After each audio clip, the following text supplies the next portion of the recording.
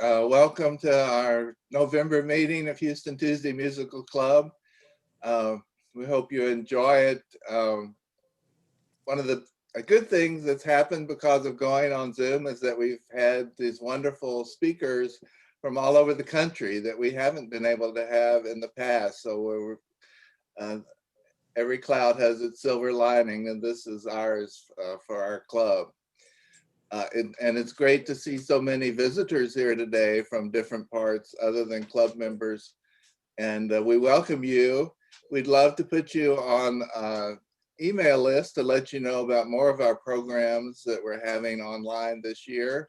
And I guess the easiest way is if you would just go into chat and type your email address, send it to me, and we'll get that, get you signed up.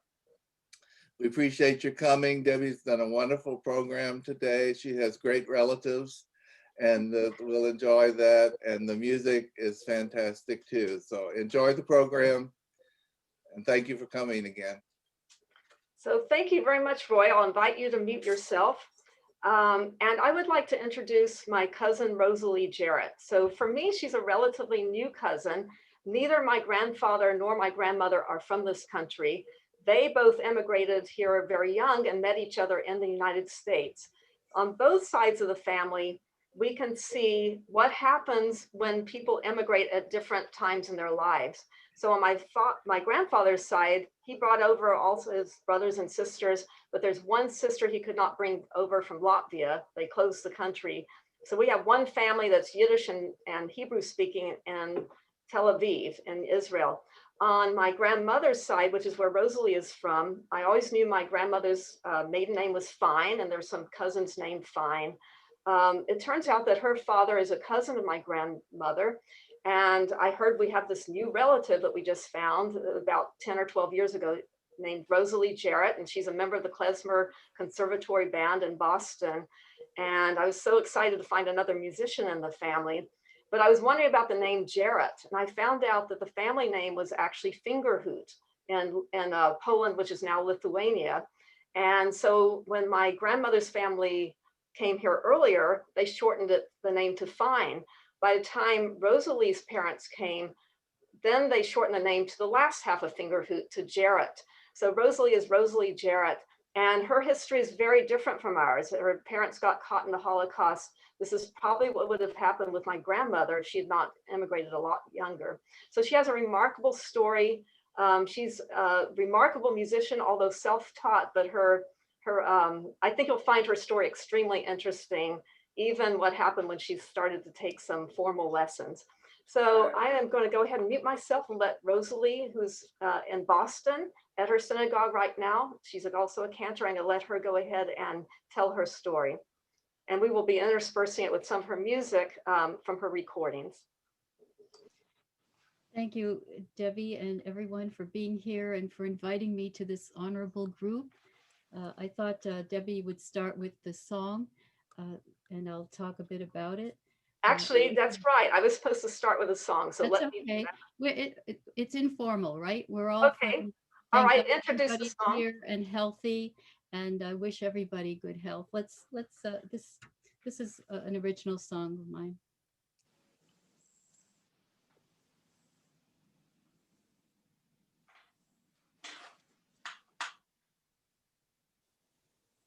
We're here. Our seeds are planted in the land. We're here, although they thought we'd die at their command. We're here, and no one ever will erase our stand. We're here to love again, to live, begin again to give. We're here.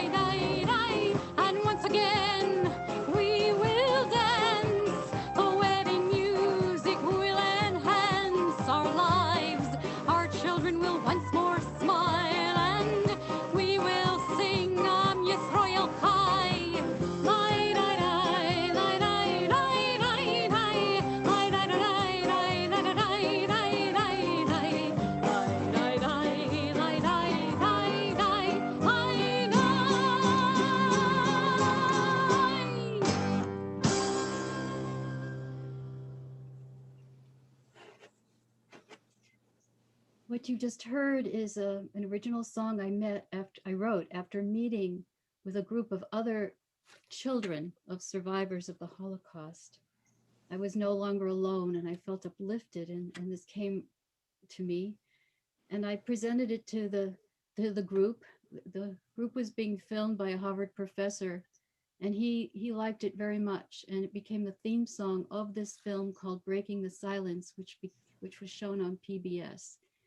And that started me on one of my more fulfilling careers in life. The next song you'll hear is from the same CD.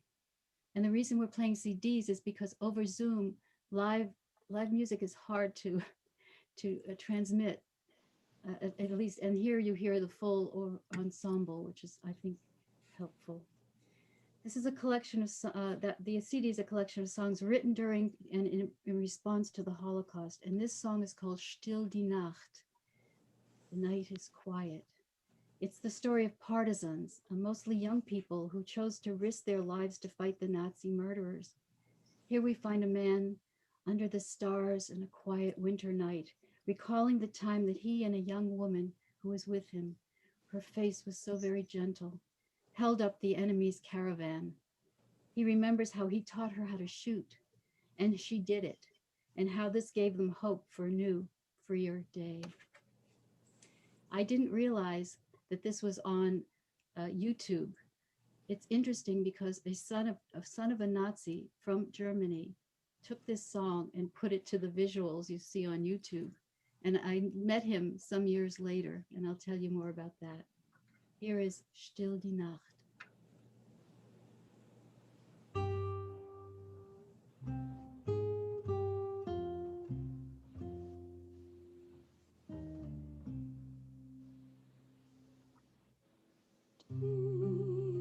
Die Nacht ist ausgestemmt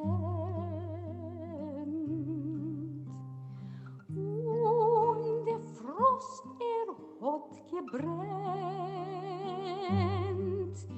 Sie gedenkst du, wie ich hab dich gelernt. Haben nach Speyer in die Hand. Sie gedenkst du, wie ich hab dich gelernt. Halten nach Speyer in die Hand. Am Mond, a Pelzel, a Beret und Hand in Hand fest an a Gang. Am Mond mit a Sabeten im Bonim, mit auf dem Säunes Karawan. Am Mond mit a Sabeten im Bonim, mit auf dem Säunes Karawan.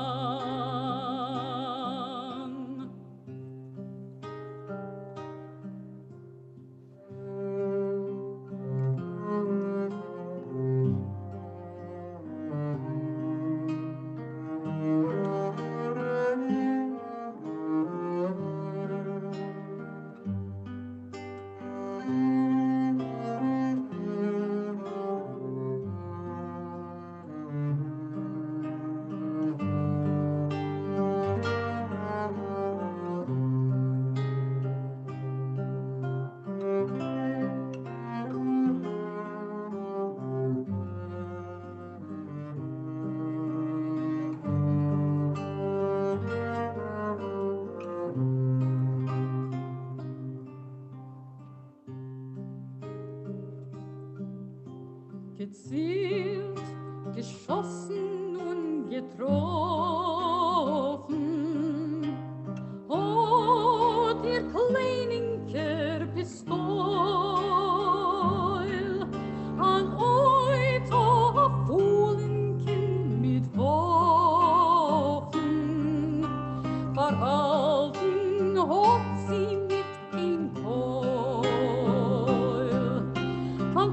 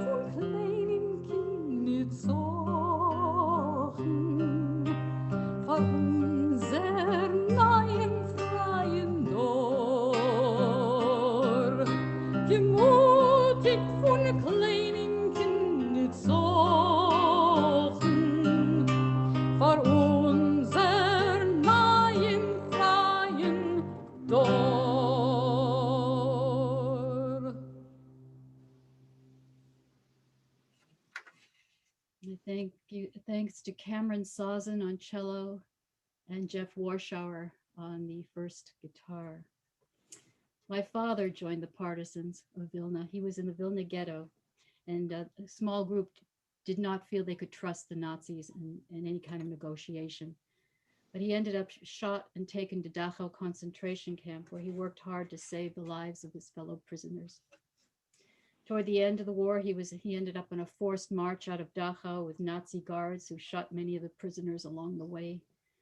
Fortunately, when the Allied planes were seen overhead, the Nazis took off their uniforms and ran away. And my father weighed 75 pounds, ended up in a displaced persons camp where he probably ate a number of dinners, but then put together a chorus of survivors and a group of actors, and they staged a major protest against fascism. My mother lived with her family in Lodz, Poland. We were in Lodz in Warsaw. Her rabbi starved to death so the children could eat. And he told her she had to live and tell the story of what happened there. Her mother and 4 of her siblings were taken very quickly out of their apartments and homes and to a place called Chelmno, where they were gassed. She and one younger sister ended up in Auschwitz, where she encountered Mengele. After countless beatings and starvation, she took her little sister to the wires to electrocute themselves and die. I am here because of an angel on the other side of the wires who stopped them and gave my mother cigarettes to trade to the Nazi women guards for food. And he told her to come back again, and he gave her cigarettes. And because of him, my mother gave birth to 2 children, provided her with 10 great-grandchildren.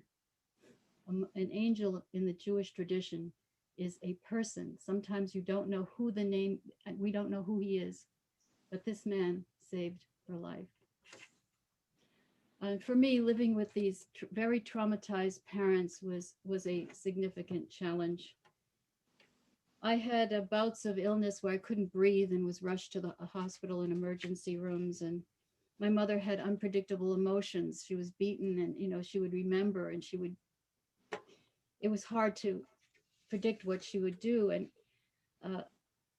it was hard for her to love, because when she started to feel love, she would just start mourning and crying for those who had died. It was very hard. And my father was working very hard because we were poor and we needed to have some source of income.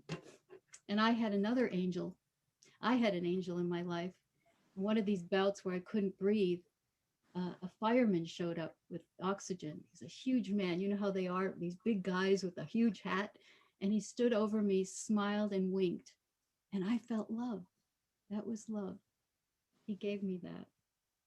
My solace came from singing and dancing. When I was alone, I just would imagine being a blonde movie star. I mean, I was an overweight, not so attractive kid with dark hair.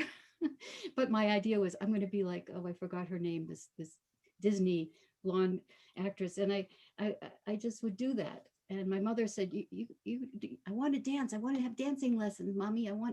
You don't have crooked legs.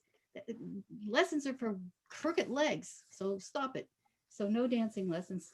But when I was 16, I fell in love with folk music, and I wanted a guitar. My parents said, don't you dare study music. You're going to be in the streets. You won't have any money.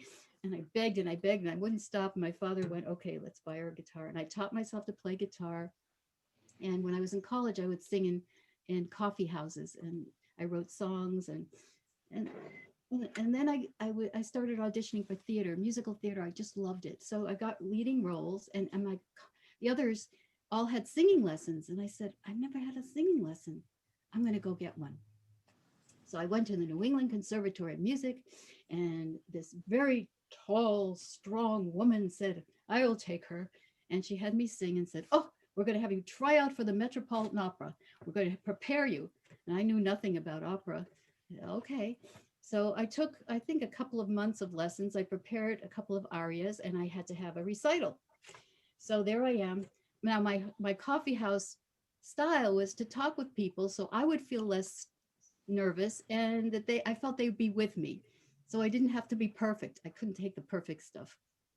So I started talking and joking, and they laughed, and I felt, okay, now I can sing. So I sang the arias, and my teacher stood up in front of everyone at the end, and she said, "We'll have that again, this time without the shenanigans." I went through singing it again, and I never went back for another lesson the rest of my life. Uh, that just squashed me. So in the middle of all this, I was working full time at MIT when I could, and I did graduate work in psychology to become to understand PTSD. You know, what happens when people undergo very stressful conditions. For the soldiers, it was called shell shock.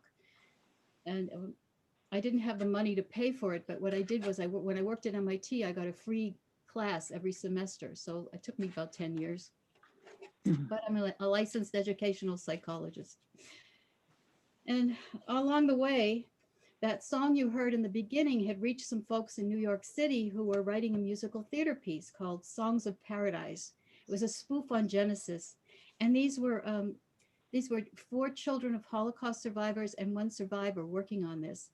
And they found out that I knew Yiddish, and they sent me the script. I fell in love with it, went down to New York City and worked with them. I was one of the characters in the play. They had asked already an Israeli composer if he would do the music, and he gave this extravagant price, and we couldn't afford him. And I said, could I try writing a song or two and see if you might like it? And so I did, and they liked it, and I wrote the score. And I was cheap. I didn't charge them anything. So we opened the play in a suburb of New York City, and people loved it. And so I said, the survivor had some contact with Joseph Papp. I said, why don't you tell him we'll come with bagels and cream cheese and lox, and while he has lunch or brunch, we'll put on the play. And he agreed. So we showed up, we put on the play. He said, oh, bring that to the public theater. There we were, a bunch of, kids of survivors with our own homemade thing at the public theater. And I remember opening night, we did it in a deli, in a little New York deli, because Joe Papp really liked it. We were dancing around the horror, and we got the New York Times, every single major paper in New York thrilled with the production. We were a hit. It was a wonderful. And I wanted to present one of the songs of it's a full production. We don't have a recording of the whole production, but here's one of the songs that people liked a lot. It's a ballad. This is biblical, so it's between Sarah, the wife of Abraham, who has given birth to little Isaac, and she's singing him a little lullaby. Oh, the fields are so lovely, and you'll feel it. And the other is I'm singing Hagar, who was what do they call it when you're the substitute? Surrogate. And she had the son with Abraham named Ishmael. And Abraham, with Sarah's urging, has asked her to leave. And she's singing this torch song saying, the love of a man can disappear as quickly as smoke comes out of a chimney. So here's Sarah's lullaby and Hagar's lament from Songs of Paradise.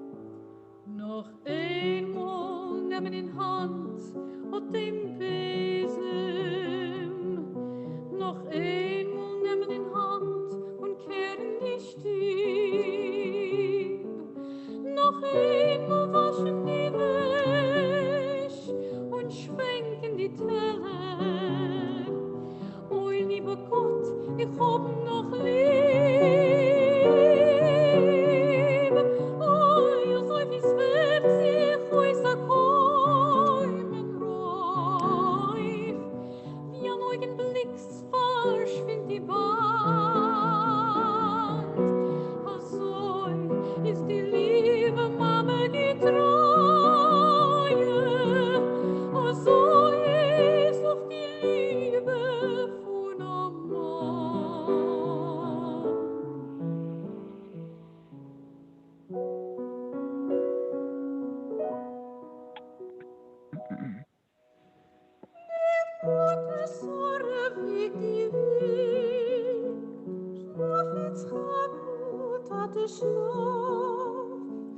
Es pasche durch der Longe, der pastach seine Schau.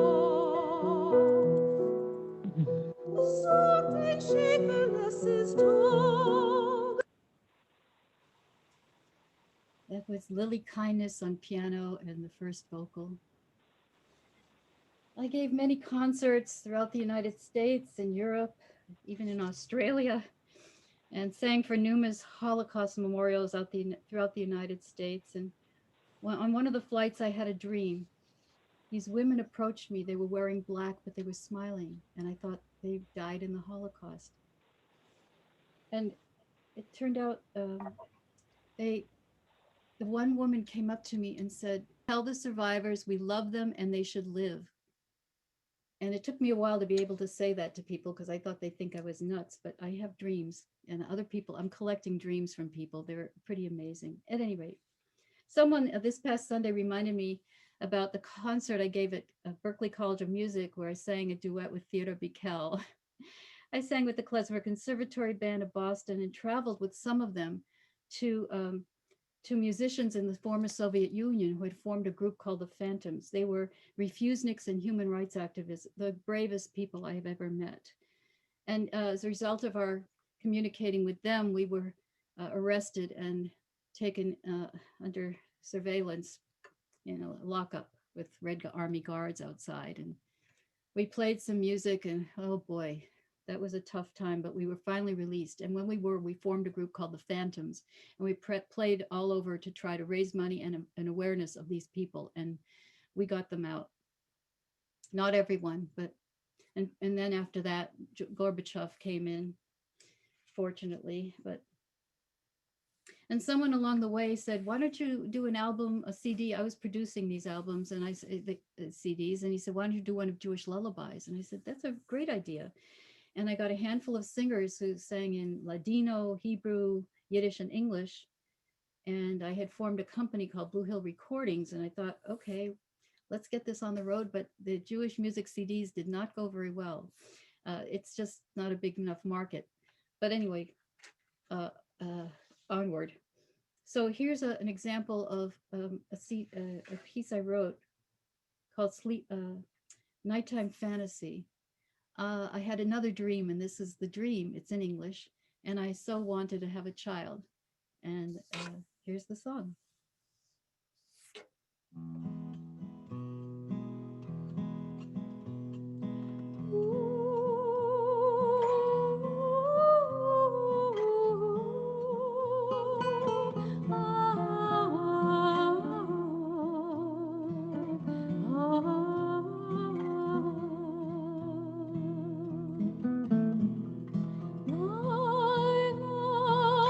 Stars are shining now, it's night time.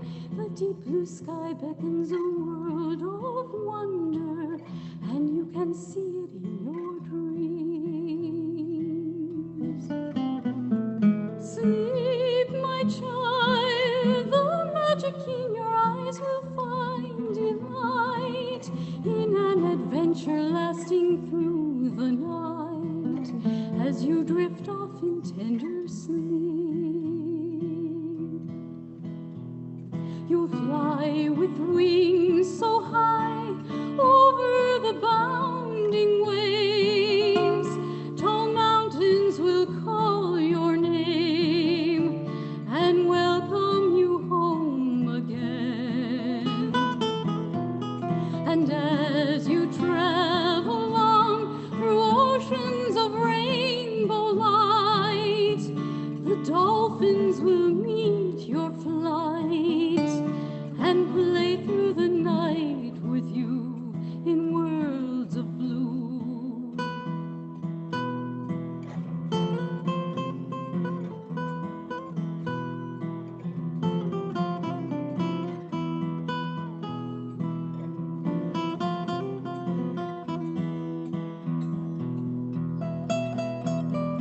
Swirling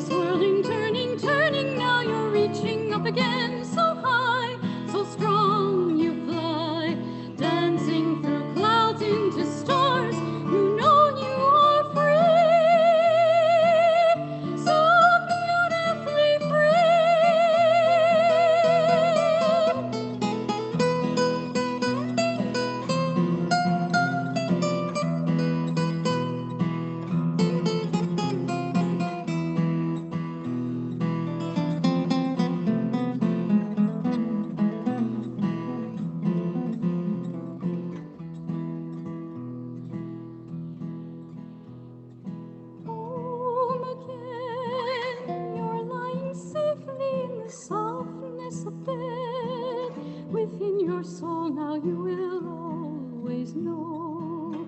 Your freedom, never let it go. And I will be beside you, guiding when you're needing me.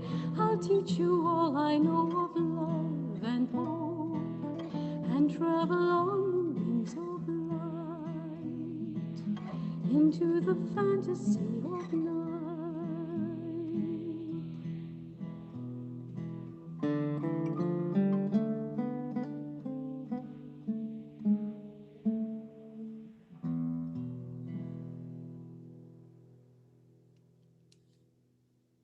Hmm.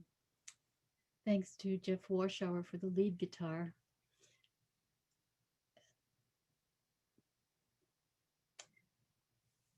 I finally did have my daughter, who is now 19 years old. And I raised her alone. And during those years, I worked as a cantor in the temple, Kerem Shalom in Concord, Mass, officiating at numerous weddings, funerals, memorials, etc. And I began studying Judaism in earnest when I met Rabbi Alan Oman. His translation of the first commandment went along with this song I had written before. I hope you enjoy it.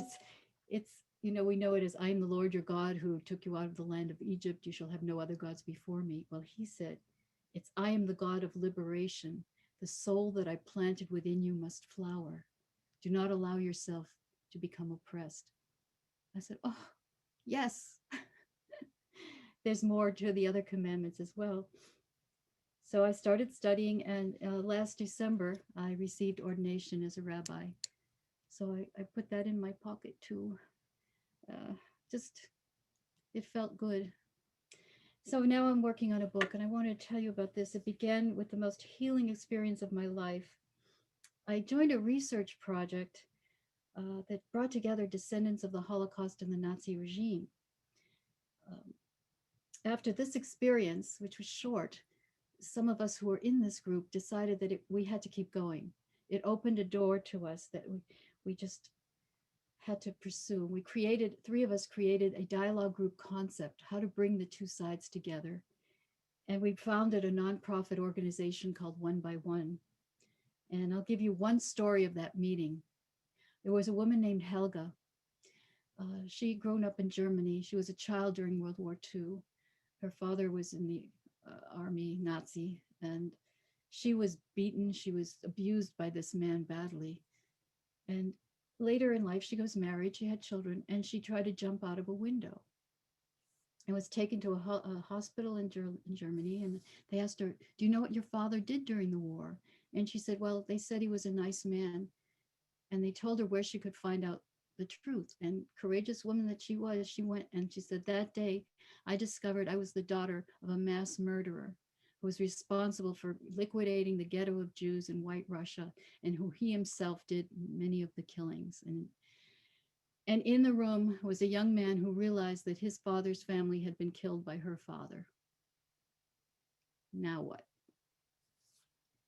After some contemplation, and I'm sure restless nights, he stood up and he said, you know, Helga, you're a victim too. You're a victim of this father.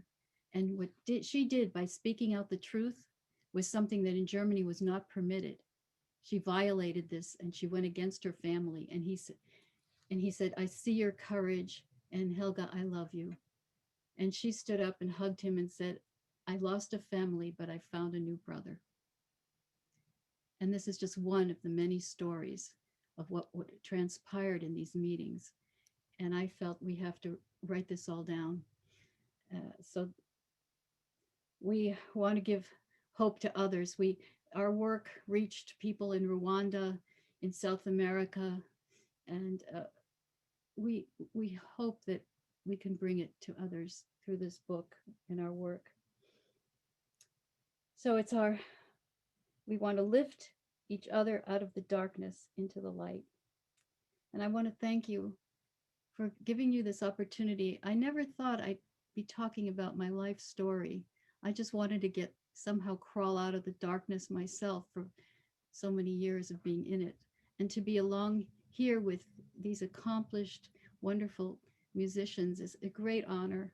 And I wish my parents could see it and they wouldn't feel so bad about getting me a guitar. So thank you so much, and be healthy and safe through this pandemic until the other side. Maybe we'll meet at that time. Thank you.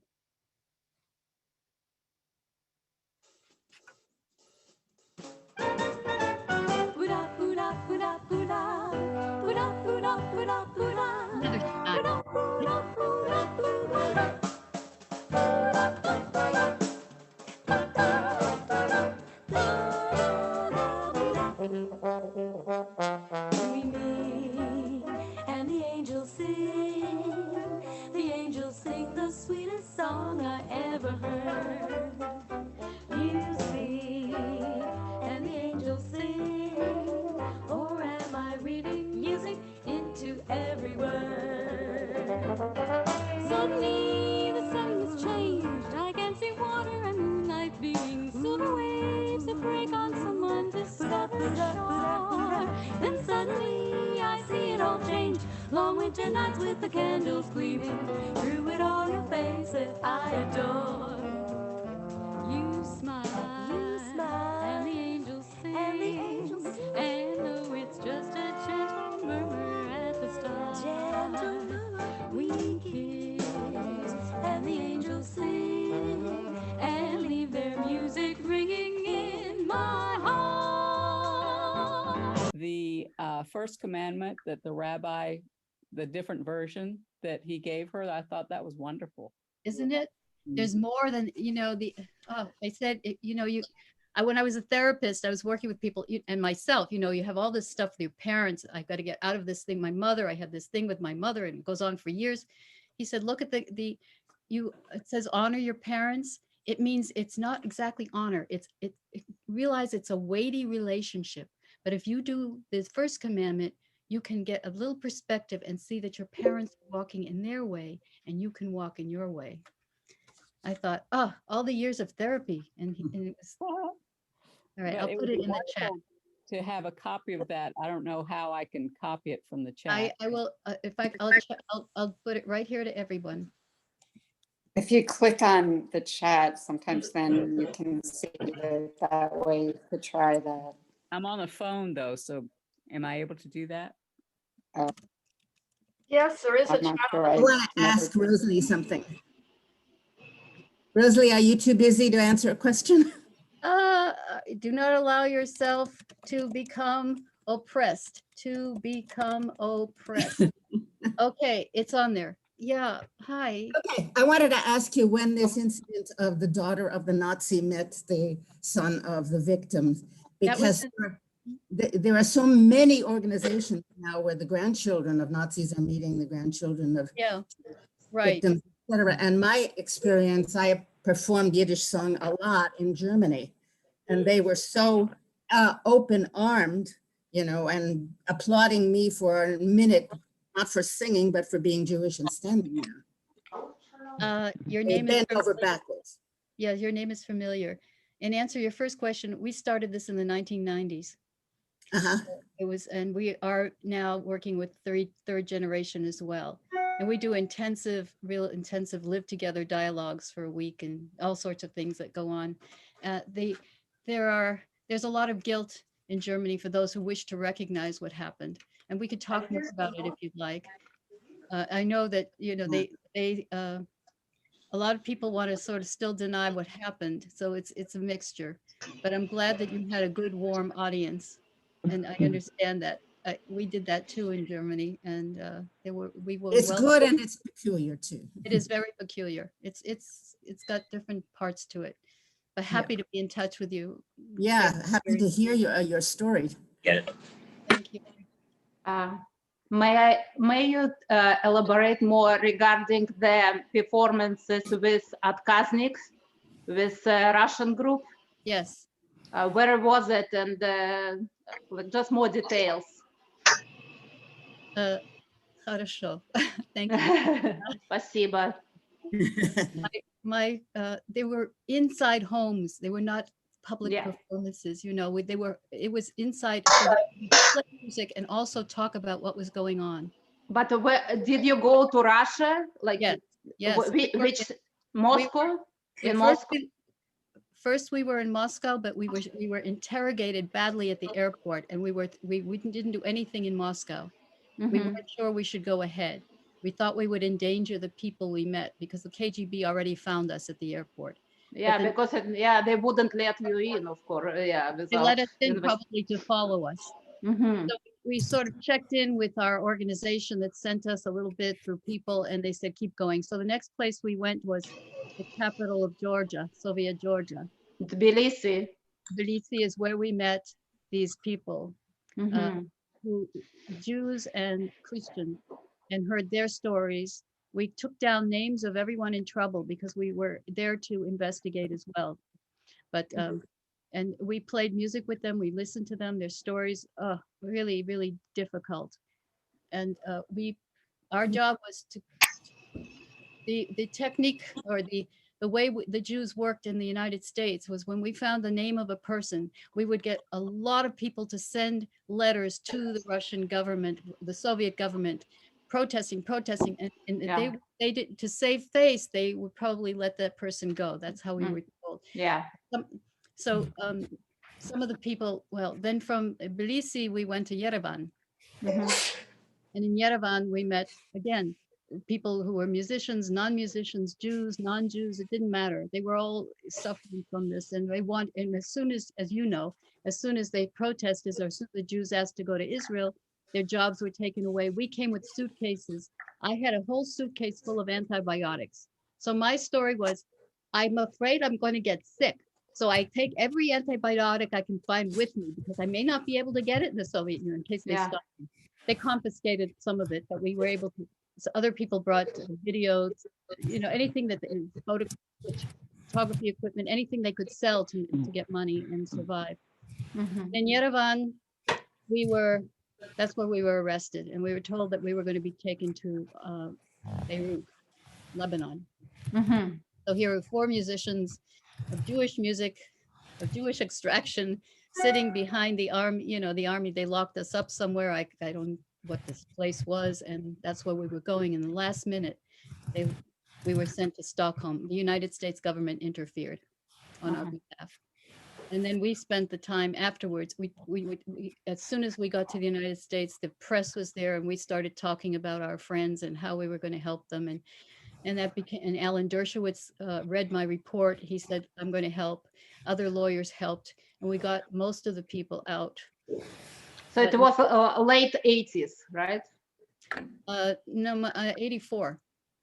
84. Yeah. Before Gorbachev. No, it was a long time to go. Yeah, before it all opened. Yeah. Yeah, exactly. So, and we had ways that we took down the information that nobody could figure out. We were spies. Wow. Wow. But I never met such courageous people in my life. They walked around saying, "Oh, see, the KGB is over there. Look out, they see, let's wave to them." Oh my God. Oh my God. The Goldstein brothers, and such good people, such brave people. And You brave. I didn't know. My mother said she was liberated by the Russians. She said, "Oh, go! You'll have a wonderful time over there. They're so nice." And they were. They had dinners for us. I don't know where they got the food and all the people, and they were so nice. She said, "They're wonderful." And I said, "Oh, well, she didn't realize this part of it. Listen to your mother." Well, anyway, that's. Thank you. And where are you from in Russia? I left Russia many years ago, but I lived in Siberia. Oh my goodness, what a history over there. The woman that helped, one of the women that wrote the musical that I was talking about, she was born there in Siberia. Yeah, I was born by accident. My parents had to move there, but I have a long story. My father was born in Jerusalem. Interesting. Oh, have to hear your story. But maybe we should talk. We should talk privately. Yeah. Yes. Debbie, put us together. Yes, yeah. I'll see if I can get all these email addresses. My brother lived in Kremenchuk in the Ukraine when they ran away from Lithuania, World War I. We can talk. Yeah. Nice to meet you. Nice to meet you, and thank you so much. Oh. Yeah, thank you so much. Oh, you're so welcome. And Isabel, nice to meet you too. Good to meet you finally, Rosalie. We're Yeah, members of the Women Cantors Network. that's right. I've seen your name. That's right. Mhm. I have to rejoin. I shouldn't Yep. talk so much. Are there other questions? Debbie, I don't know if taking too- Rosalie, that was fantastic. Oh, That was Thank you. thank you wonderful. so We're going to much. have to move on now, though. It's too bad because you're so interesting. My goodness. Oh no, you just Wow. struggle through life and then suddenly you become interesting. It's great. Yeah. No, it was wonderful. Thank But you. we need to move on now. So, I have to leave you all. Oh, well, sorry. We have one musical No. performance. If you have a few minutes, Rosalie, we have Well, Alina. Oh, go ahead. no, I want to say if anyone wants to be in touch, Debbie can do that for us. And I'm happy to talk with anyone who would like to. So Right. So I can send some email addresses to Rosalie if you're interested in staying in touch. I'll give them mine. What I'm going to do now is I'm going to mute everybody and ask Alina Uddin to unmute herself after I do that. Good morning, everybody. Thank you, Rosalie, for sharing your story. Very, very touching. Thanks a lot. I would like to continue the topic of our day, at least in general. So I decided to perform the pieces by Felix Mendelssohn today. He was a German composer, pianist, musical conductor, and teacher, probably one of the most celebrated figures of the early Romantic period. In his music, Mendelssohn largely observed classical model and practices while initiating the key aspects of Romanticism.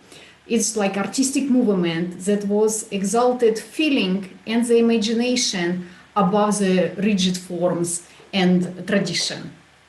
Probably most people familiar with one of the most famous works of Felix Mendelssohn, the one that he composed when he was 17, the Overture to a Midsummer Night Dream, and his wedding march that he added later on is probably everybody heard on their wedding, and some people maybe liked it so much so they decided to marry several times to hear the music again.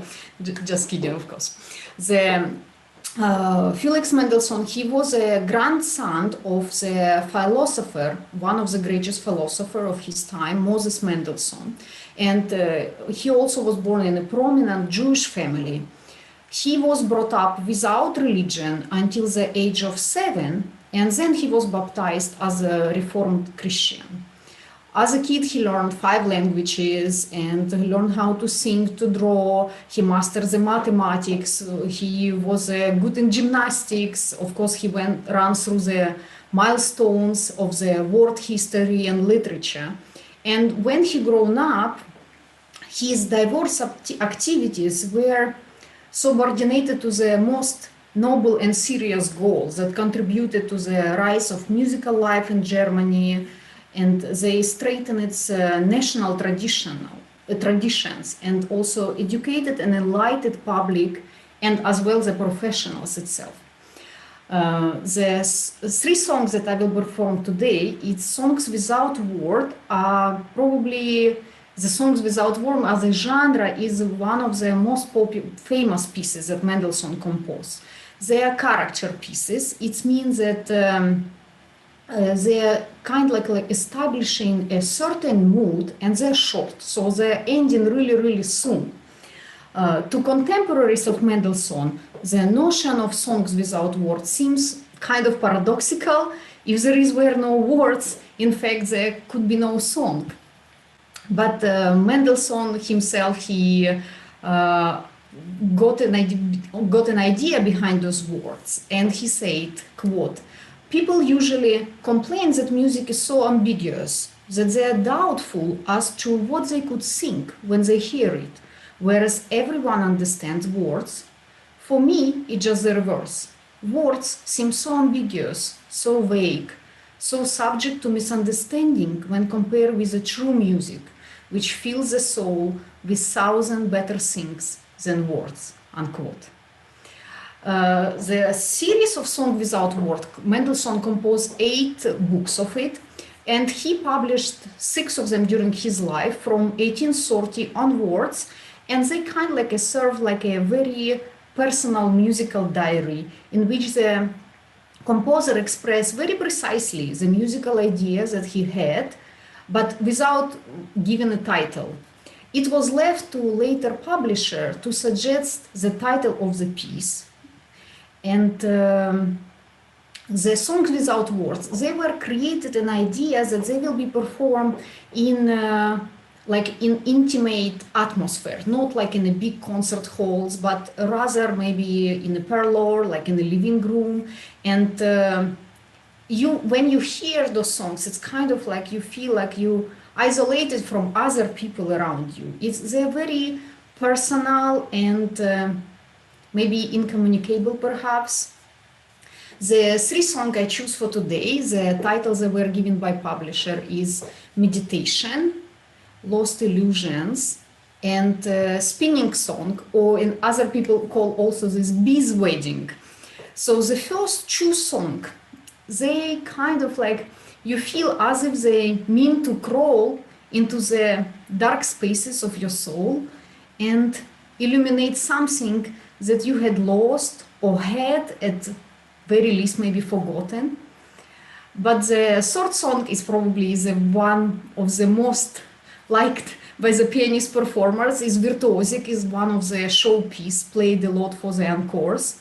And its perpetual motion suggests that the idea of the maybe spinning wheel, or it kind of like reminds maybe, as other titles suggest, the bee's wedding, as if you have a lot of buzzing little insects flying around. So I hope you will enjoy this Mendelssohn light, sweet, and in somewhat sad music. I'll switch my camera, adjust mic.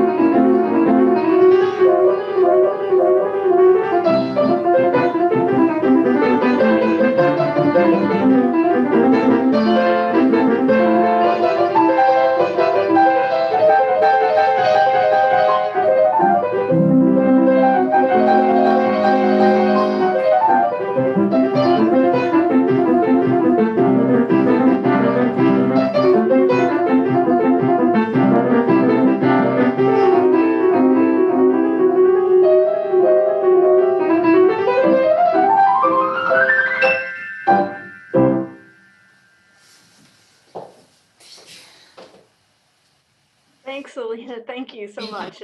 We're all clapping. Beautiful. Thank you. We're going to try an experiment. If Steve MacMillan wishes to play, he was going to try playing outside. And we're going to try that. And if he's not there, I'm going to invite him to unmute and see if he's out there. I'm going to switch over to the other mic and we'll see how it goes. Also, I'm going to use an enhanced a little bit of sound. You can see a speaker here. So I'm going to add a little bit of concert hall sound and hope that the consistency of the microphone lasts through that. Here we go, switching mics.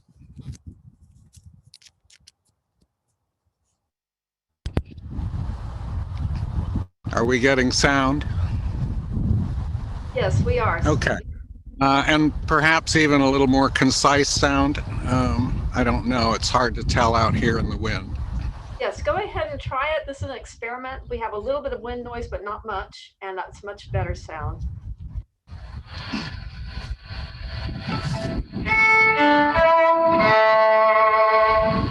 Yes? Yes. The sound is all right? Yes.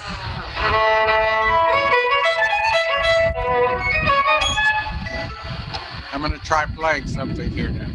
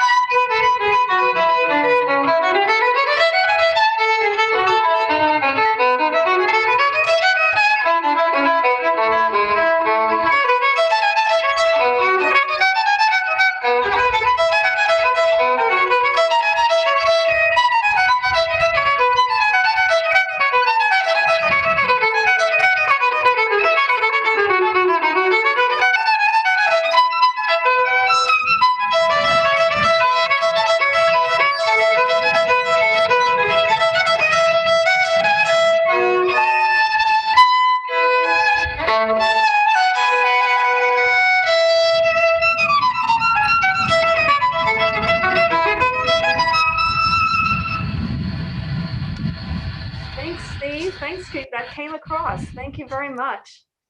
I'm over here next to the Menil at this sort of meditative space that they've cleared here at 1400 Richmond. So if any of you want to check out the friendly space here, and it's very meditative at times and kind of festive on the weekends. So I hope we can do more outdoor activities that attract attention over here. Thank you. Oh, what a great program from beginning to end. It was just amazing. I'm so glad that we're able to get this. Debbie and Gail have done a great job. And as we said, it's a great thing to have all these people from all around to come together that we can hear today. So thank you for coming. Those of you who are guests, we really appreciate your being here. Remember, we've had some send in their emails, so we'll be getting those information out to you. And I do want to say that we do have memberships to our club if you'd like to support us and what we're doing and get more information on a regular basis and become a part of our group. We'd love to have you, and you can find that on our website at HoustonTuesdayMusicalClub.org. We probably win the prize for the longest name of a website. So, but anyway, you only have to type it once most of the time. I do want to make one announcement that's not a happy announcement, but Judy Hamlers evidently has had a stroke. She's a member of our group and is in palliative care now. So you'll want to be sure to remember her and her family at this time. And thank you, May Keene, for relaying that information. Want to give thanks again to Rosalie. I don't know if she's still here, but it was a wonderful talk, and her life is fascinating, and her music was just beautiful. And our two performers, Alina did such a great job as usual. And Stephen, hearing him outside, it was nice to see we didn't hear the cars go by. They saw them go by, but we didn't hear them, so that was good. We do have our next meeting on December 8th.